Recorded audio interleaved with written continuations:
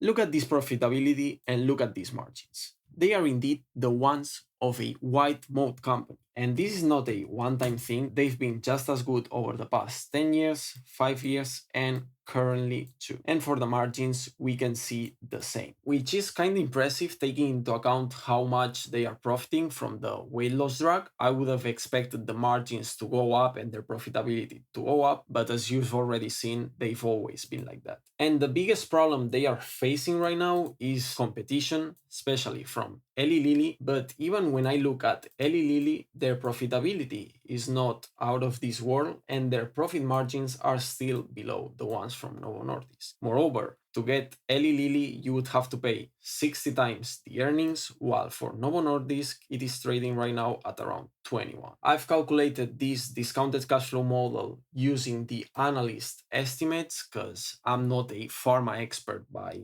any means, nor a drug expert, and analysts are projecting a 15% growth rate for the next 5 years, and afterwards I just decrease it to a 7%. Based on these assumptions, we can see that their intrinsic fair value per share seems to be above their current price. By the way, I'm doing all these calculations in Danish krone, and then I've also converted it to euros and dollars so that everyone can see it. Nevertheless, I rather use historical valuations because it's really hard to estimate the future of the drugs. And when I look at how this company has been valued historically, their average dividend yield for the past 10 years has been around a 2%. Right now, we could buy this company at 3.41%, which is 67% higher than the mean. If it reverts to the mean, the fair price would be around 520. When taking a look at the historical versus the current P ratio, we can see that it is trading at around historical valuation. If it expands a little bit,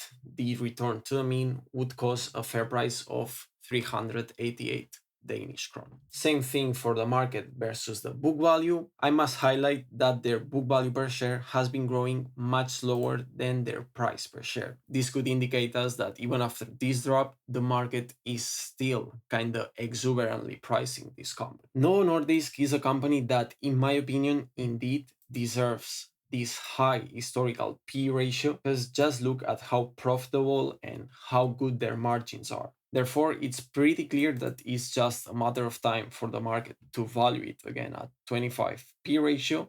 And using the analyst projections for the next 5 years, we can expect a 2-3x from this company by buying at the current levels. Nevertheless, I also want to see the worst case scenario. What would happen if the company's management is wrong and their weight loss drug doesn't work out?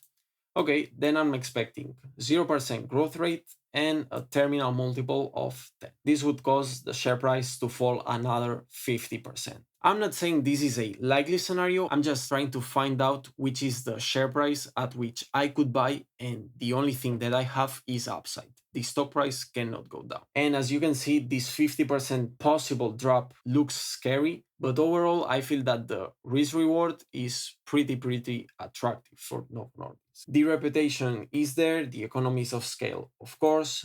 I'm not an expert on the sector, so I do not know if the government is protecting this company. If someone's from Denmark and has more information, I would appreciate it a lot if they tell us in the comment section. Low cost provider, not at all. High switching costs, we've seen that competitors are arriving.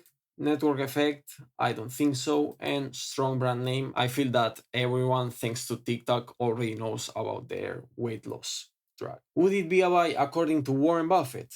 The ROCE is much above the 14%. Same for the ROIC, the return on equity. We've already seen that it's super. Net income, free cash flow, dividends, everything's growing. The free cash flow payout ratio seems a bit too high, but I feel that the dividend overall seems sustainable, and maybe the most attractive part of the company is the current valuation. At these levels, we'd be buying Novo Nordisk at a 10% owner's yield. This looks great, a high quality business trading at a really attractive valuation. The average for the 5 past years has also been above 5%, the debt looks manageable, and finally, they are growing at a faster rate than inflation. All in all, if we average all the models we've seen For this stock, we get an intrinsic value per share of 424 Danish krone, equivalent to $63 or 55 euros. Moreover, it also looks like we have a 20% margin of safety for buying Novo Nordisk. Hopefully you've enjoyed this video. If you even learned something new, I'd be super happy.